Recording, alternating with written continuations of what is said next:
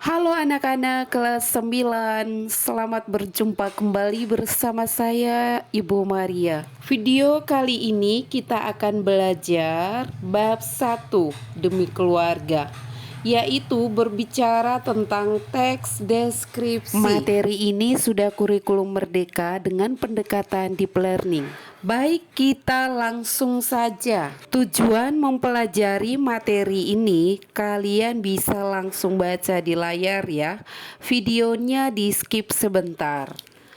A. Pengertian teks deskripsi. Teks deskripsi adalah jenis teks yang menggambarkan suatu objek, tempat, orang, atau suasana secara jelas, rinci, dan seolah-olah pembaca dapat melihat atau merasakannya langsung dengan panca indera.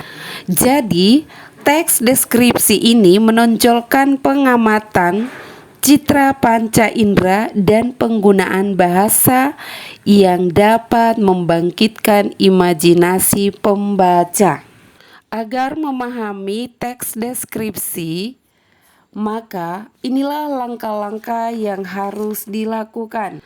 Yang pertama, menentukan topik utama.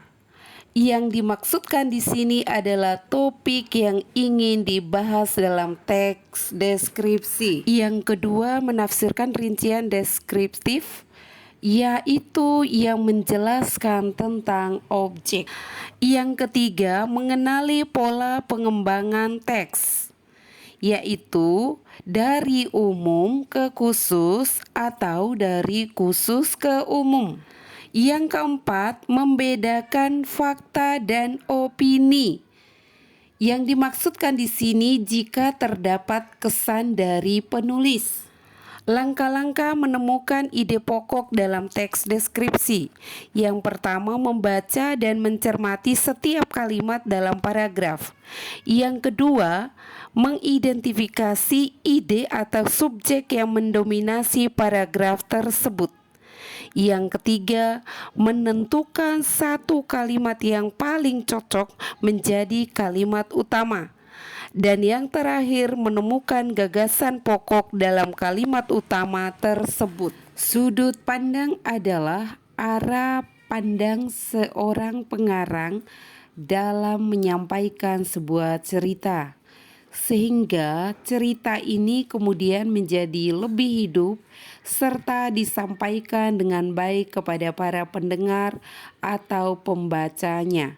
Sudut pandang dibedakan menjadi 3, yaitu sudut pandang orang pertama, sudut pandang orang kedua, dan sudut pandang orang ketiga. Sudut pandang orang pertama menggunakan kata ganti aku atau saya, atau bisa juga kami. Ini disebut sudut pandang jamak. Ketika menggunakan sudut pandang orang pertama, seakan-akan menjadi salah satu tokoh dalam suatu cerita yang sedang dibuat. Si pembaca juga akan merasa melakoni setiap cerita yang dikisahkan. Yang kedua, sudut pandang orang kedua. Jenis sudut pandang orang kedua ini menggunakan gaya kau sebagai suatu variasi cara memandang tokoh aku dan dia. Pemahaman lainnya dari jenis sudut pandang orang kedua adalah adanya narator yang kemudian berbicara kepada kalian. Sudut pandang orang ketiga. Teknik jenis sudut pandang dalam cerita orang ketiga biasanya menggunakan kata ganti dia, mereka, ia, atau juga nama tokoh dalam bentuk jamak mereka.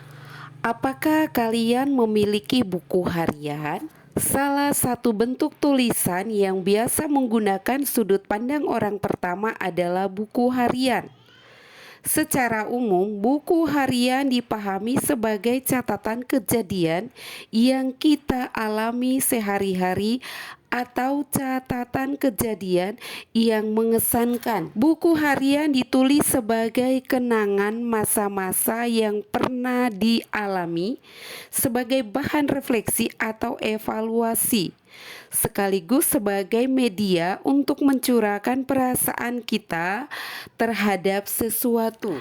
Melalui buku harian, kita dapat mendeskripsikan secara terperinci suatu peristiwa dan perasaan kita secara personal atau pribadi, sehingga kita dapat menggambarkan semua hal secara bebas. Buku harian tidak dirancang untuk diterbitkan, namun ada buku harian tokoh Indonesia maupun dunia yang diterbitkan dan menjadi inspirasi bagi para pembacanya. Baik, kita lanjut. Ada 4 struktur teks deskripsi. Yang pertama, judul, yaitu hal yang menggambarkan isi teks deskripsi. Yang kedua, identifikasi, yaitu bagian yang berisi gambaran umum suatu objek, mulai dari nama, lokasi, serta sejarah. Lalu yang ketiga, deskripsi bagian, yaitu berisi penjelasan yang lebih rinci dari objek tersebut, tetapi berdasarkan pandangan penulis. Yang keempat, kesimpulan yang berisi ringkasan singkat.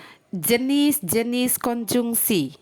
Yang pertama, konjungsi penambahan. Contoh, dan, serta, juga. Fungsinya untuk menambahkan informasi. Konjungsi yang kedua yaitu konjungsi perbandingan. Contoh, seperti, bagaikan, layaknya. Fungsinya untuk membandingkan dua hal. Yang ketiga, konjungsi keterangan tempat atau waktu.